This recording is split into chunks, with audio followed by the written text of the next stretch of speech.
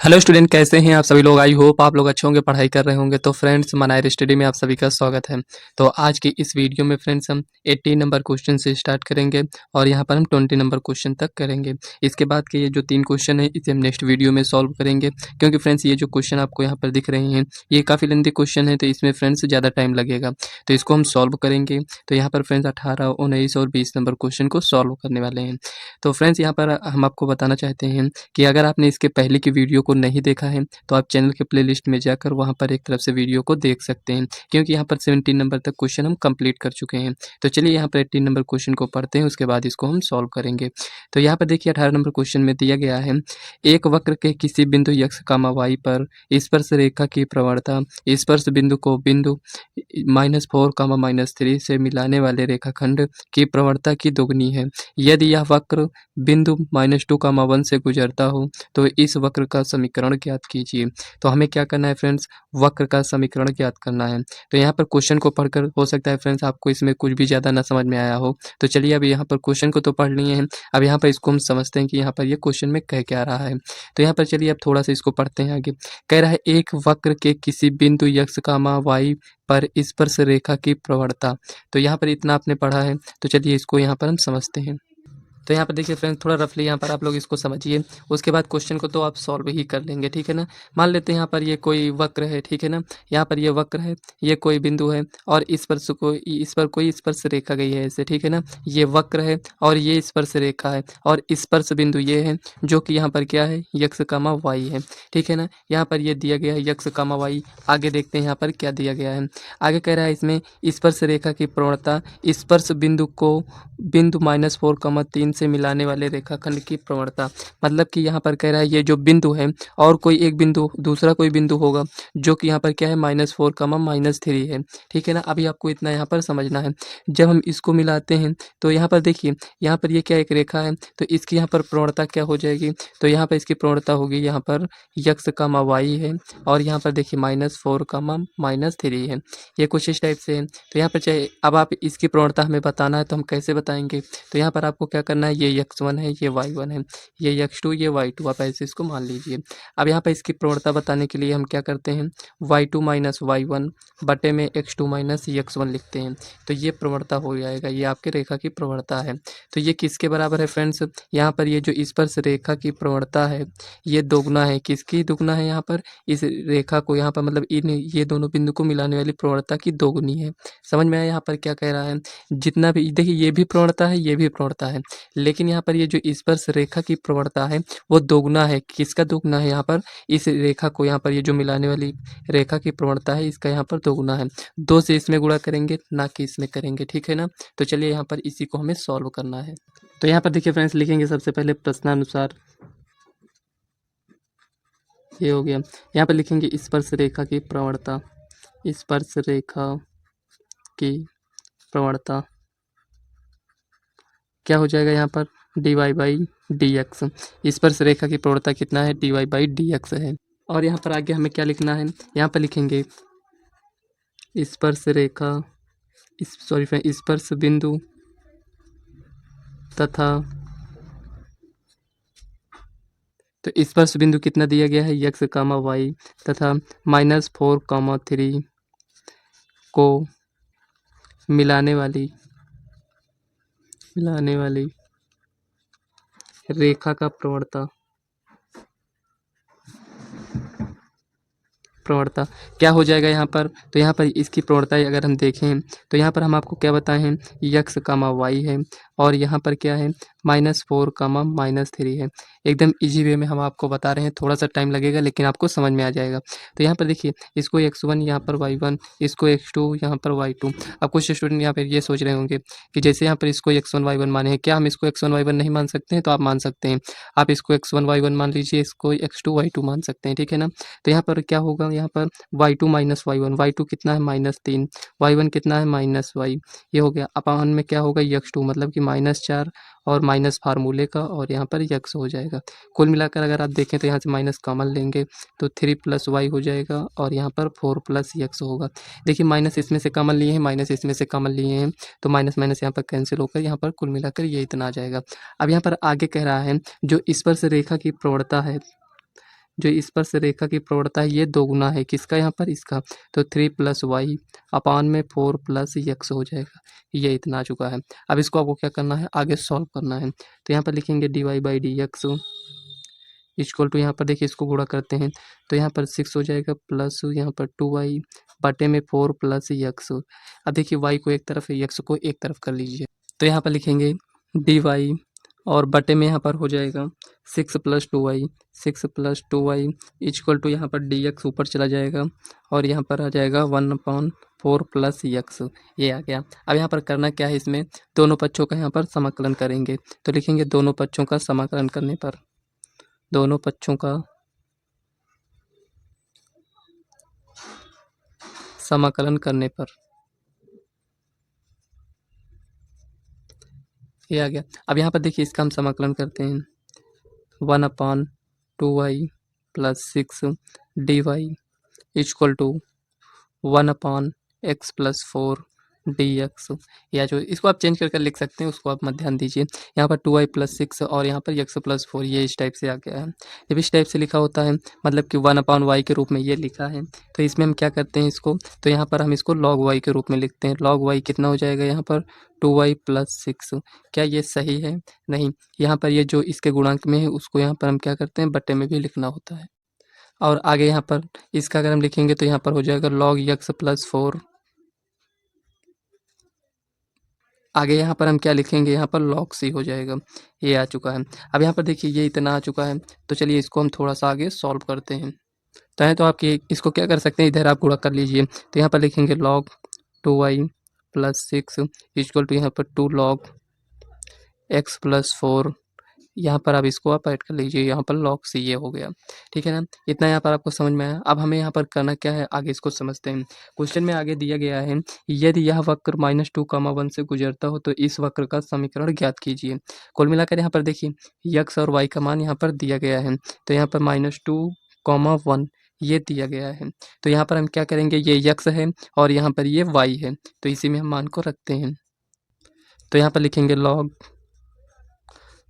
यहाँ पर 2 into Y के स्थान पर 1 + 6 इक्वल टू यहाँ पर 2 log x कितना है यहाँ पर, तो x यहाँ पर -2 है और +4 ये इतना आ गया प्लस log c। ये इतना आपको समझ में आया। अब यहाँ पर देखिए 6 और यहाँ पर 2 8, तो log 8 हो जाएगा इक्वल टू यहाँ पर देखिए 2 log माइनस, यहाँ पर देखिए इसको अगर हम सॉल्व करेंगे तो -2 और यहाँ पर 2 हो जाएगा प्लस log c। ये इतना आ चुका है। ये इतना आपको समझ में आया कि नहीं, यहाँ पर ये जितना है हमें कुल मिलाकर यहाँ पर इसका मान ज्ञात करना है। अब यहाँ पर देखिए इसको हम कैसे सॉल्व करेंगे ये समझते हैं। इसमें देखिए यहाँ पर log 8 है तो यहाँ पर लिखेंगे log 8 इक्वल टू यहाँ पर देखिए 2 है तो ये पावर में आ जाएगा, तो यहाँ पर हो जाएगा log 4 प्लस यहाँ पर log c। देखिए यहाँ पर हमें क्या करना चाहिए था, पहले यहाँ पर जो हम 2 से गुणा कर दिए थे, यहाँ पर हमें 2 से गुणा नहीं करना था। यहाँ पर आपको ध्यान देना है थोड़ा सा। यहाँ पर dy/dx को 2 से यहाँ पर हम पूरा यहाँ पर क्या किए, 2 से यहाँ पर अंदर मल्टीप्लाई कर दिए हैं। अगर मल्टीप्लाई ना करते तो फ्रेंड्स यहाँ पर थोड़ा सा हमारे लिए ईजी हो जाता। लेकिन हमें करना क्या है, जो भी हम लिखें इसमें हमें कुछ भी कट पीट नहीं करना है, ये आपको ध्यान देना है। जो जितना लिखा है उसको आपको लिखा रहने देना है। आपको क्या करना है, उसी के आगे से सॉल्व करना है। क्योंकि फ्रेंड्स यहाँ पर गुणा किए हैं, अगर ना करते तो थोड़ा 1-2 स्टेप कम हो जाता। आप किए हैं तो थोड़ा 1 स्टेप और बढ़ा देंगे। तो यहाँ पर देखिए लिखेंगे log 8 है तो यहाँ पर 8 लिखेंगे, ये इस साइड आएगा तो माइनस में हो जाएगा। जब माइनस में होता है क्या लिखते हैं, 8/4 लिखेंगे यहाँ पर, ये कुछ इस टाइप से है। तो यहाँ पर लिखेंगे log c। ये इतना आ गया, यहाँ से ये कैंसिल। तो यहाँ पर अगर हम देखें तो log c की वैल्यू क्या है, यहाँ पर log 2 है, ये आ गया है। अब यहाँ पर देखिए log c की वैल्यू क्या आया है, log 2 आया है। तो यहाँ पर देखिए हमें किसकी वैल्यू रखना था, c की वैल्यू तो रखना नहीं है हमें, यहाँ पर किसकी वैल्यू log c डायरेक्ट रख देते हैं। उसमें क्या है, log c है तो log c के स्थान पर log 2 रख देते हैं यहाँ पर। तो लिखेंगे समीकरण 1 से, तो यहाँ पर लिखेंगे समीकरण 1 से, ये हो गया। यहाँ पर लिखेंगे log 2y + 6 इक्वल टू, यहाँ पर देखिए ये पावर में चला जाएगा, यहाँ पर ये जो दिया गया है। तो यहाँ पर लिखेंगे log x + 4, थोड़ा सा आपको ध्यान देना है, ये पावर में आ गया, प्लस यहाँ पर लिखेंगे log 2, ये इतना हो गया। अब यहाँ पर थोड़ा सा आगे इसको हम सॉल्व करते हैं। तो लिखेंगे log 2y + 6 इक्वल टू, यहाँ पर देखिए log m + log n, तो यहाँ पर लिखेंगे log 2 x + 4 का होल स्क्वायर, ये हो गया। यहाँ से लॉग से लॉग कैंसिल हो जाएगा, तो बचेगा क्या, 2y+6 इक्वल टू यहाँ पर हो जाएगा 2, और यहाँ पर x+4 का होल स्क्वायर। अगर इसमें से अगर हम 2 कॉमन ले लेते हैं, यहाँ पर यहीं पर सॉल्व करते हैं, अगर यहाँ पर हम 2 कॉमन लेंगे तो ये 2 से 2 कैंसिल हो जाएगा, तो बचेगा y+3 इक्वल टू यहाँ पर लिखेंगे x+4 का होल स्क्वायर। ये कुछ इस टाइप से आ गया है। तो देखें तो y इक्वल टू x+4 का होल स्क्वायर -3। अगर आप इसका विस्तार करेंगे तो जब इसको आप सॉल्व करेंगे तो y इक्वल टू यहाँ पर हमें क्या मिलेगा, तो देखिए एक्स स्क्वायर हो जाएगा, यहाँ पर 4 का स्क्वायर 16, मतलब कि कुल मिलाकर आपको करना क्या है, यहाँ पर x+4 को a+b का होल स्क्वायर क्या होता है, a² + b² + 2ab। तो उस रूप में इसको हम लिखेंगे, जब सॉल्व करेंगे तो हमें y इक्वल टू मिल जाएगा। अगर आप इसको यहीं पर आंसर लिखते हैं तब भी ये आपका सही है। तो यहीं तक हमें इसको सॉल्व करना था। हमें क्या करना था, वक्र का समीकरण बताना था, तो यहाँ पर ये आ गया है आपका आंसर। तो ऐसा नहीं होता फ्रेंड्स कि मतलब कि यहाँ पर हम 2 से गुणा किए तो आगे हमारा आंसर गलत आएगा, ऐसा कुछ भी नहीं होता है। आपको क्वेश्चन को सॉल्व करना है। तो चलिए यहाँ पर थोड़ा नेक्स्ट क्वेश्चन देखते हैं क्या दिया गया है। अब यहाँ पर देखिए 19 नंबर क्वेश्चन इसमें दिया गया है, इसमें कह रहा है, तो यहाँ पर देखिए 19 नंबर क्वेश्चन में इसमें दिया गया है एक गोलाकार गुब्बारे का आयतन। तो यहाँ पर क्या है, एक गोलाकार गुब्बारा है, कह रहा है इसमें जिसे हवा भरकर फुलाया जा रहा है, स्थिर गति से बदल रहा है। यदि आरंभ में इस गुब्बारे की त्रिज्या 3 इकाई है और 3 सेकंड बाद 6 इकाई है, तो 30 सेकंड बाद उस गुब्बारे की त्रिज्या ज्ञात कीजिए। तो हमें क्या करना है, यहाँ पर गुब्बारे की त्रिज्या ज्ञात करना है। तो यहाँ पर क्वेश्चन में आपको 2-3 बातों को थोड़ा ध्यान से समझना है। तो इसमें कह रहा है एक गोलाकार गुब्बारा है, मतलब कि स्फीयर है, ठीक है ना। गोला और सर्किल मतलब वृत्त में फ्रेंड्स बहुत ज़्यादा अंतर होता है, डिफरेंस होता है, ये आपको समझना होता है। तो यहाँ पर गुब्बारा क्या है, एक स्फीयर होता है। तो यहाँ पर कह रहा है जो गुब्बारे का आयतन है, इसमें फ्रेंड्स हवा भरकर फुलाया जा रहा है, जो कि फ्रेंड्स कैसे बदल रहा है, स्थिर गति से बदल रहा है। जब फ्रेंड्स यहाँ पर गुब्बारे को फुलाया जाएगा तो इसका जो आयतन है वो स्थिर गति से बदल रहा है। इसका मतलब फ्रेंड्स ये कांस्टेंट हो जाएगा यहाँ पर के, मतलब कुछ भी कांस्टेंट आप मान सकते हैं, ऐसा नहीं है। तो यहाँ पर हम के मान लेंगे। तो इसमें आगे कह रहा है यदि आरंभ में इस गुब्बारे की त्रिज्या 3 इकाई है, कहने का मतलब यहाँ पर ये हुआ कि ये किसके अकॉर्डिंग बदल रहा है, टी के अकॉर्डिंग, मतलब समय के अकॉर्डिंग ये बदल रहा है। तो यहाँ पर आरंभ में इसकी त्रिज्या 3 इकाई थी, मतलब कि जब टी बराबर 0 था तो ये 3 इकाई हो गया, और जब यहाँ पर टी बराबर 3 हुआ तो यहाँ पर इसकी त्रिज्या कितना हो गया, 6 इकाई हो गया है।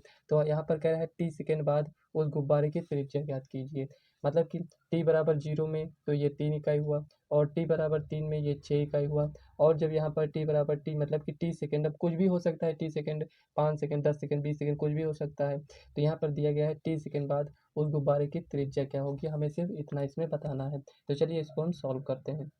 तो यहाँ पर लिखेंगे 19 नंबर क्वेश्चन है, यहाँ पर लिखेंगे प्रश्नानुसार सॉल्यूशन, ये हो गया। अब यहाँ पर लिखेंगे माना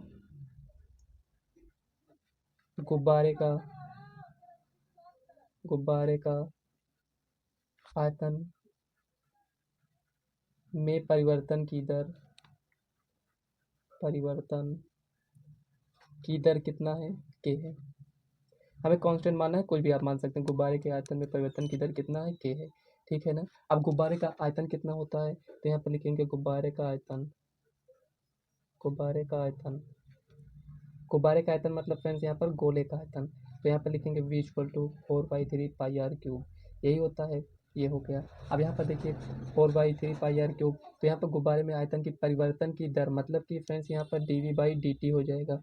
ये कितना है फ्रेंड्स, यहाँ पर k है, क्योंकि यहाँ पर देखिए आयतन में, देखिए यहाँ से थोड़ा समझिए, आयतन में परिवर्तन की दर क्या है, k है। तो यहाँ पर आयतन में परिवर्तन की दर k है। तो यहाँ पर देखिए v कितना दिया गया है, यहाँ पर ये दिया गया है। तो इसको यहाँ पर हम लिखते हैं d/dt, यहाँ पर लिखेंगे 4/3 πr³ इक्वल टू यहाँ पर के हो गया। इतना समझ में आया आपको यहाँ पर। अब आगे इसको सॉल्व करते हैं। देखिए 4/3 पाई क्या है, कांस्टेंट है। पाई को कांस्टेंट क्यों मानते हैं, क्योंकि फ्रेंड्स इसकी वैल्यू क्या होता है, 22/7। तो ये यहाँ पर ये कांस्टेंट ही होता है। तो इतने को यहाँ पर हम बाहर करेंगे 4/3 पाई को, और इसका यहाँ पर अवकलन करेंगे तो 3r² हो जाएगा। अब देखिए टी के सापेक्ष यहाँ पर अवकलन किए हैं, तो यहाँ पर क्या हो जाएगा, dr/dt, ये इतना हो जाएगा इक्वल टू, यहाँ पर देखिए, तो यहाँ पर देखिए ये कितना है, के है। देखिए यहाँ पर आयतन में परिवर्तन की दर के था, तो यहाँ पर ये जो इसको जो हम सॉल्व करते हुए आए तो यहाँ पर ये इतना आ गया है। अब यहाँ पर देखिए इससे यहाँ पर ये कैंसिल हो जाएगा, और यहाँ पर बचेगा क्या, 4πr², यहाँ पर ये हो गया dr इक्वल टू यहाँ पर के। अब देखिए dt को इस साइड लेकर जाएंगे तो यहाँ पर लिखेंगे dt, लिखेंगे दोनों पक्षों का समाकलन करने पर, दोनों पक्षों का समाकलन करने पर करने पर। अब देखिए यहाँ पर थोड़ा-सा आपको ध्यान देना है, समझना है, कहीं पर कोई भी डाउट होता है तो आप कमेंट करके पूछ सकते हैं। ऐसा नहीं है कि क्वेश्चन आप देखिए यहाँ पर आप इसको रट लें, ऐसा नहीं करना है, क्योंकि रटे रहेंगे तो कहीं न कोई स्टेप आप मिस कर देंगे, ये आपको ध्यान देना है। यहाँ पर आप क्या करना है, जैसे इसके पहले सभी क्वेश्चन को सॉल्व करते हुए आए हैं, उसी टाइप से इसको भी सॉल्व करना है। Pi r square d r equal to यहाँ पर लिखेंगे के डी टी, ये इतना हो गया। अब यहाँ पर देखिए 4 पाई क्या है, कांस्टेंट है, बाहर कर लीजिए। अब यहाँ पर आर स्क्वायर है, तो इसका समाकलन क्या हो जाएगा, आर क्यूब बटे में यहाँ पर 3 लिखेंगे, इक्वल टू यहाँ पर के कांस्टेंट है, और यहाँ पर टी डी टी का समाकलन क्या हो जाएगा, टी होगा। ये इतना हो गया। अब यहाँ पर कांस्टेंट को ऐड करेंगे तो यहाँ पर हम सी लिखेंगे।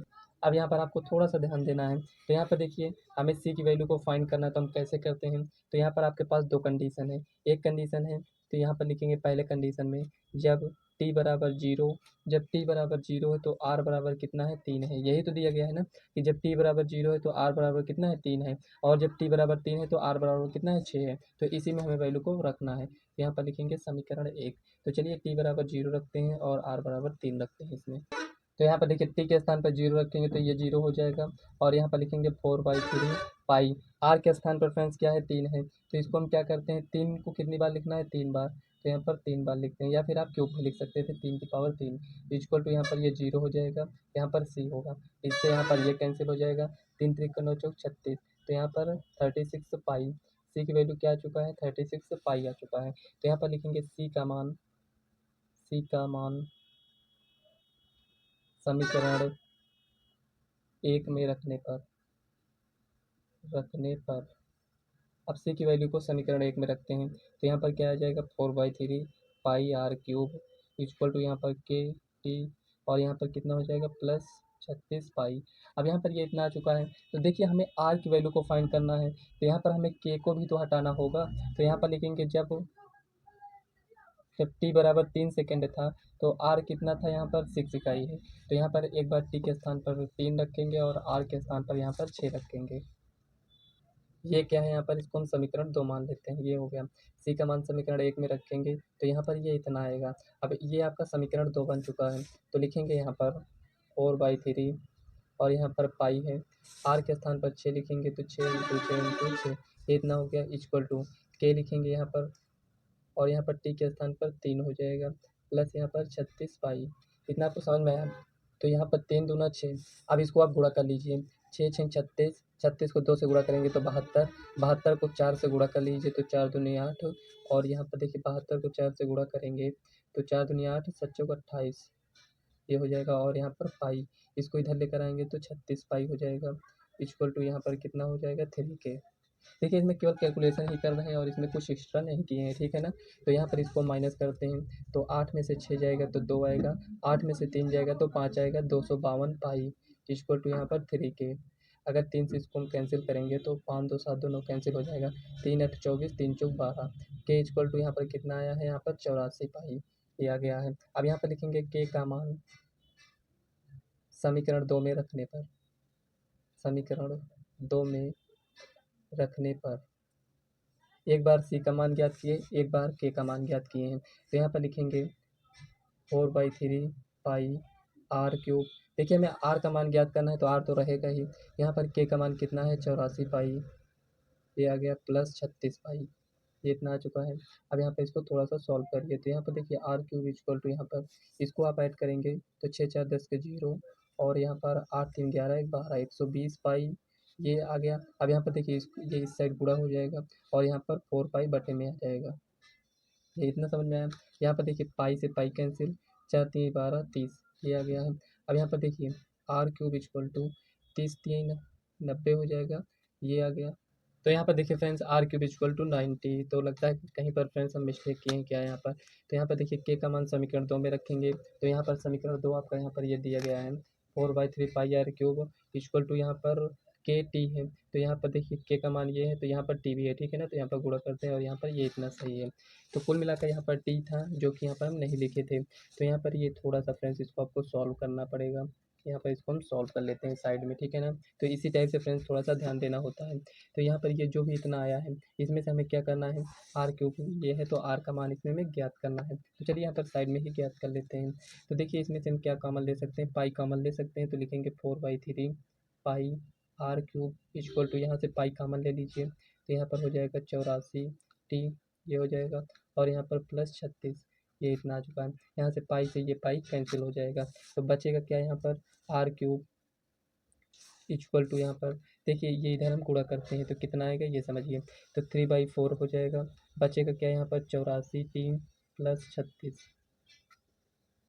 अब देखिए इसको थोड़ा सा और सॉल्व करते हैं। r³ इक्वल टू, यहाँ पर देखिए 84 को अगर हम 4 से भाग करेंगे तो यहाँ पर कितना आएगा, तो यहाँ पर लिखेंगे 4 दूनी 4, 1 का 4, तो ये इतना है 21। 21 को 3 से गुणा करेंगे तो 63 हो जाएगा, 63t हो गया। और इसको 4 से भाग करेंगे तो 4 9 36, 9 त्रिक 27, प्लस यहाँ पर 27 हो जाएगा। हमें r की वैल्यू को फाइंड करना है, तो यहाँ पर लिखेंगे 63t प्लस यहाँ पर 27, ये हो जाएगा। हमें r की वैल्यू को फाइंड करना है, तो यहाँ पर क्यूब था तो यहाँ पर 1/3 हो जाएगा।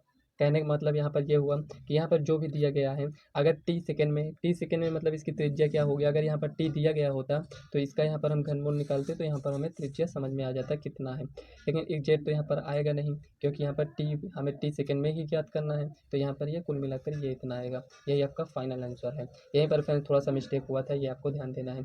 टी नहीं लिखे थे इसीलिए यहाँ पर मिस्टेक हुआ था। तो चलिए नेक्स्ट क्वेश्चन देखते हैं क्या क्या दिया गया है। तो यहाँ पर देखिए 20 नंबर क्वेश्चन इसमें दिया गया है। इसमें कह रहा है किसी बैंक में मूलधन की वृद्धि r% वार्षिक की दर से होती है। यदि 100 रुपये 10 वर्षों में दोगुने हो जाते हैं तो r का मान ज्ञात कीजिए। और यहाँ पर दिया गया है log 2 की वैल्यू, ये इतना दिया गया है। तो देखिए इसको हम कैसे सॉल्व करेंगे ये समझते हैं। देखिए फ्रेंड्स, आपके पास कुछ पैसे हैं, जैसे मान लेते हैं यहाँ पर 100 रुपये दिया गया है, तो 100 ही मानते हैं।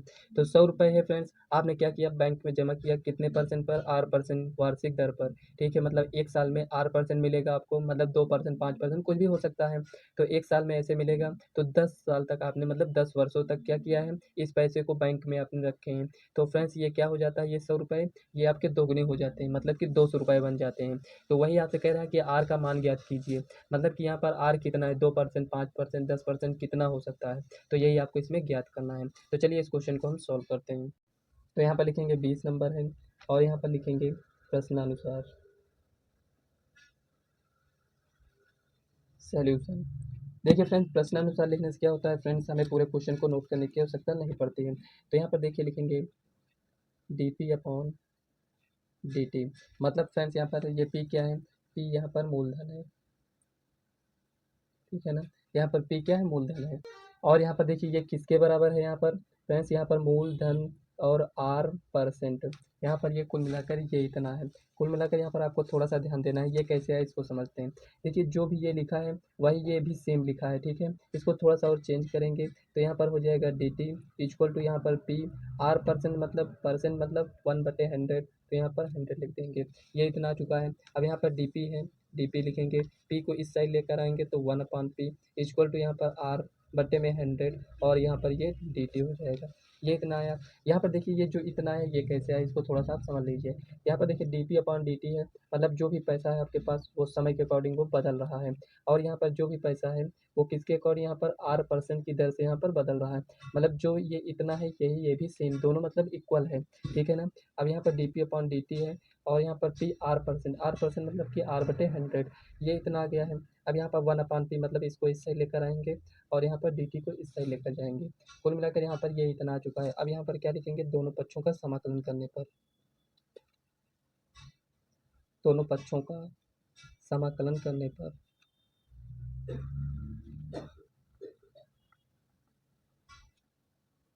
तो यहाँ पर लिखेंगे 1/p, ये dt इक्वल टू, यहाँ पर r/100, और यहाँ पर dt, ये इतना आ चुका है। समाकलन कर लीजिए, 1/p का क्या हो जाएगा, log p इक्वल टू, देखिए यहाँ पर 1/100 क्या है, कांस्टेंट है, तो इसको यहाँ पर लिख लीजिए। और यहाँ पर ये r है, यहाँ पर ये क्या है, dt है। तो यहाँ पर देखिए आगे यहाँ पर ये r है, ये भी आपका कांस्टेंट हो जाएगा, तो यहाँ पर dt बचेगा। उसके बाद देखिए यहाँ पर log p है, तो log p लिख लीजिए, और इक्वल टू r/100 हो जाएगा। dt का क्या होगा, t प्लस c, ये हो गया। अब यहाँ पर देखिए p है और t है, हमें c की वैल्यू याद करना है। तो यहाँ पर t की बराबर कितना है, 0। क्यों, यहाँ पर देखिए जब t बराबर 0 है तो p बराबर कितना है, यहाँ पर 100 है।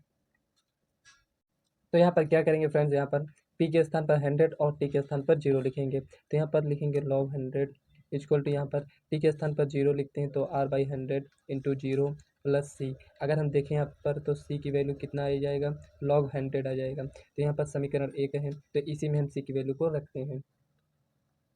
तो यहाँ पर लिखेंगे log p इक्वल टू यहाँ पर हो जाएगा r बटे में 100t और यहाँ पर c के स्थान पर लिखेंगे प्लस log 100। ये हो गया, ये आपका समीकरण 2 बन गया। जब यहाँ पर फ्रेंड्स t इक्वल टू यहाँ पर कितना है 10 ईयर है और तो यहाँ पर p कितना हो जाता है 2 गुना, मतलब 100 का 2 गुना कितना हो जाएगा यहाँ पर 200 हो जाएगा। चलिए यहीं पर डायरेक्ट लिख लेते हैं, ये 200 हो जाएगा। तो लिखेंगे log p के स्थान पर 200 इक्वल टू r है तो r लिखा रहने दीजिए, 100 है तो 100 लिखा रहने दीजिए, t कितना है 10 है प्लस log 100, ये इतना हो गया। अब यहाँ पर देखिए इसको इस साइड लेकर आएंगे तो log 200 minus log 100 equal to यहाँ पर देखिए इससे ये कैंसिल तो 10 बचेगा तो r/10 हो जाएगा। ये इतना समझ में आया। यहाँ पर देखिए log m minus log n equal to log m बटे में n, कुछ इस टाइप से लिखेंगे। तो यहाँ पर लिखेंगे log 200 बटे में 100 इक्वल टू r/10, ये आ चुका है यहाँ पर 2। तो यहाँ पर कितना आया है तो r/10 इक्वल टू यहाँ पर log 2, ये आ गया। देखिए log 2 की वैल्यू आपके बुक में दिया गया है तो यहाँ पर लिखेंगे 100 इक्वल टू यहाँ पर दिया गया है 0.6931, ये इतना दिया गया है तो लिखेंगे r इक्वल टू 0.6931 इंटू 100। एक मिनट फ्रेंड्स, यहाँ पर 100 नहीं है 10 है तो यहाँ पर 10 से गुणा करेंगे तो लिखेंगे r इक्वल टू, जब इसको 10 से गुणा करेंगे तो 6.931, जितने से गुणा करेंगे फ्रेंड्स ये पॉइंट आपके राइट साइड में जाएगा, मतलब इस संख्या के राइट साइड में। अगर फ्रेंड्स भाग करते हैं तो यही पॉइंट इस साइड जाता है और अगर गुणा करते हैं तो ये पॉइंट इस साइड जाएगा। तो 10 से गुणा किए तो एक स्थान से यहाँ पर है तो यहाँ पर आ जाएगा। 100 से गुणा करते तो 1 2 यहाँ पर आता, ठीक है ना, ये आपको ध्यान देना है। तो यहाँ पर ये क्या है r है तो यहाँ पर लिखेंगे r%, यही आपका फाइनल आंसर हो जाएगा। मतलब कि यहाँ पर रेट कितना है 6% से थोड़ा सा ज़्यादा अगर देखें तो ये 7% के करीब में रेट है, ठीक है ना। तो यहाँ पर r इक्वल टू ये इतना आ चुका है, ये आपका फाइनल आंसर हो जाएगा। 20 नंबर क्वेश्चन तक आपका कंप्लीट हो चुका है। तो फ्रेंड्स कहीं पर कोई भी डाउट हो आप कमेंट करके पूछ सकते हैं। अगर कहीं पर फ्रेंड्स अगर आपको थोड़ा भी कहीं पर डाउट होता है तो आप कमेंट करिए, हम आपको रिप्लाई करेंगे नेक्स्ट वीडियो में, ठीक है ना। तो चलिए फ्रेंड्स आज की इस वीडियो को हम यहीं तक रखते हैं। वीडियो कैसी लगे कमेंट बॉक्स में ज़रूर बताइएगा। वीडियो पसंद आए तो वीडियो को लाइक और चैनल को सब्सक्राइब कर लीजिएगा ताकि आने वाले वीडियो का नोटिफिकेशन आप तक सबसे पहले पहुंचे। तो चलिए फ्रेंड्स मिलते हैं नेक्स्ट वीडियो में, तब तक के लिए बाय।